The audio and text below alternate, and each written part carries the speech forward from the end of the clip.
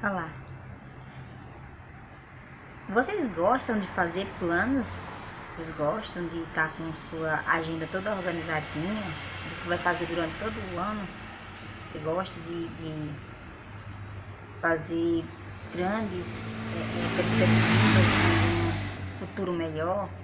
Por isso planeja cada situação, cada sonhos que você tem e investe nos seus objetivos, né? Faz metas para alcançá-las.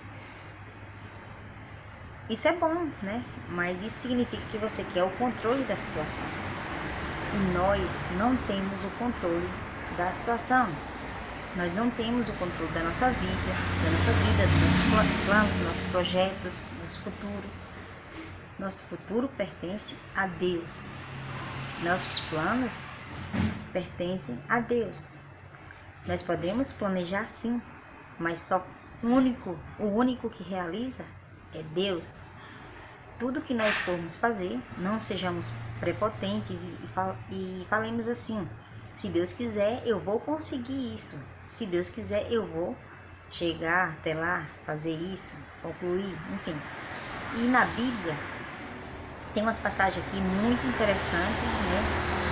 E vamos meditar um pouquinho. É em Tiago 4, do 13 ao 17. E diz assim: a falibilidade dos projetos humanos, ou seja, a falência dos projetos humanos.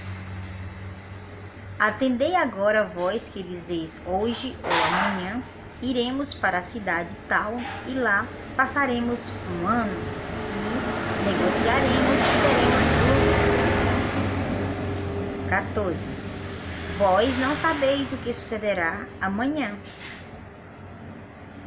que é a vossa vida? O que é a vossa vida? Sois apenas como neblina que aparece por um instante e logo dissipa, e logo desaparece. Em vez disso, deveis dizer: se o Senhor quiser, não só viveremos, mas como também faremos isso ou aquilo. Se o Senhor quiser, e não nós, não eu. Agora, entretanto, vós jactais das vossas arrogantes pretensões. Quando nós fazemos isso, sem pedir a permissão de Deus e falar: se Deus quiser, nós conseguimos isso ou aquilo, ou faremos isso ou aquilo, nós estamos sendo o quê? Prepotentes, arrogantes, né? Ou seja, orgulhosos. Agora, toda jactância semelhante a essa é maligna. Quando nós somos orgulhosos, prepotentes e achamos que nós alcançamos algum sonho, objetivos por nossas próprias forças, por nossos próprios esforços, isso é maligno. Isso é a palavra de Deus que diz aqui em Tiago, no capítulo 4, verso 16. E o 17 diz assim: portanto, aquele que sabe que deve fazer o bem e não faz, nisso está pecando. Se você não sabia, hoje você sabe que se nós não pedimos, primeiramente, que Deus esteja à frente de toda a nossa vida, dos nossos sonhos, dos nossos planos, dos nossos objetivos, das nossas metas, e falamos para um e para outro: eu vou fazer isso esse ano, vou fazer aquilo, vou concluir tudo, eu, isso é prepotência, isso é orgulho, isso é achar que somos capazes sem precisar de Deus, e nós somos dependentes inteiramente do auxílio do Senhor. Foi Deus que nos criou, é Deus que nos mantém, e foi Deus que nos salvou através de Cristo Jesus lá na cruz. Porque se não fosse esse amor imenso de Deus por cada um de nós não poderíamos alcançar a salvação.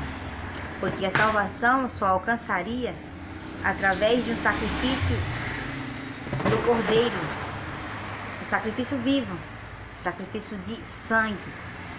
O único que fez isso e deu todo o seu sangue naquela cruz do Calvário foi Cristo Jesus, nosso Salvador. E Jesus intercede por nós, orou na cruz, quando depois que Jesus ressuscitou, Jesus, antes de subir aos céus, também Jesus orou por cada um de nós. Eu não estou aqui recordando ao certo se foi após a ressurreição ou se foi antes da ressurreição, que Jesus orou por cada um de nós. Cada um de nós hoje, Jesus orou por cada um que ainda vai nascer antes da sua volta. Orou para que nós alcançássemos o conhecimento da palavra de Deus e abrisse o coração para recebê-la e não o rejeitar.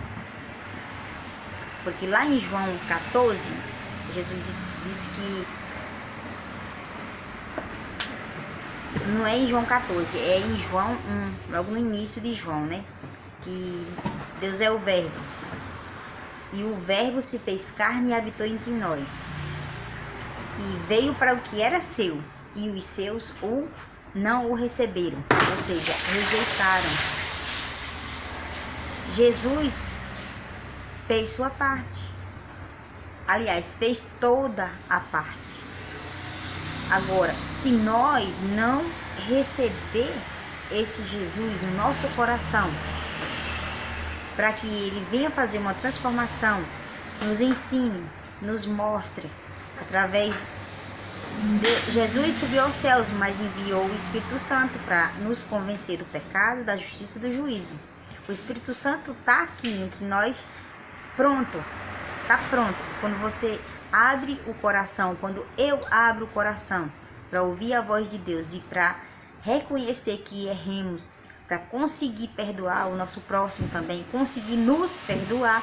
Às vezes a gente nem consegue perdoar outra pessoa e nem consegue também, principalmente, se perdoar. Às vezes até ele diz que perdoou lá outra pessoa, mas aí não se perdoa pelo seu próprio erro. E quando a gente faz isso, a gente está correndo um grande risco de perder a vida eterna. Sabe por quê? Porque Judas Iscariote, aquele que traiu Jesus, aquele discípulo que traiu Jesus, ele poderia ter se arrependido. Ele poderia ter se arrependido, mas ele só teve remorso porque não deu certo. Ele teve remorso do que ele fez com Cristo, um inocente, traiu a traição para o inocente. Teve remorso porque o que ele queria não deu certo, porque ele achou que Jesus iria, naquele momento ali, enfrentar e o seu reino seria na terra, mas o reino de Cristo Jesus não era aqui nessa terra, e sim no céu. Só que ele, o tempo todo, como os outros também, discípulos, achavam que o reinado de Jesus seria aqui na terra. Por isso, ele ficou com um remorso corroendo dentro de si, não se perdoou pelo que fez por Cristo Jesus, e também para que se cumprisse a profecia que ai daquele que iria trair o Filho do Homem, mas antes colocasse uma pedra no pescoço se fosse lançado no mar. Enfim, mais ou menos isso. Então, havia chance para ele também, mas ele rejeitou o perdão. Ele achou que ele estava no direito de se julgar e achar e dizer que ele não tinha mais jeito para ele, que ele estava morto. Então, pronto. Ele foi que fez o seu próprio julgamento. Isso é pecado, porque Deus é quem pode julgar. O único que pode julgar a cada um de nós é Deus.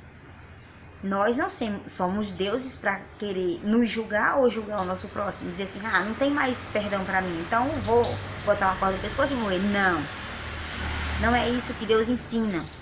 Existe misericórdia, existe perdão até a última hora. Foi isso que aconteceu lá com aquele ladrão que estava do lado. Tinha 2 ladrões. Jesus estava entre os 2 piores criminosos daquela época, né? Foi isso que nós fizemos com Jesus. Nós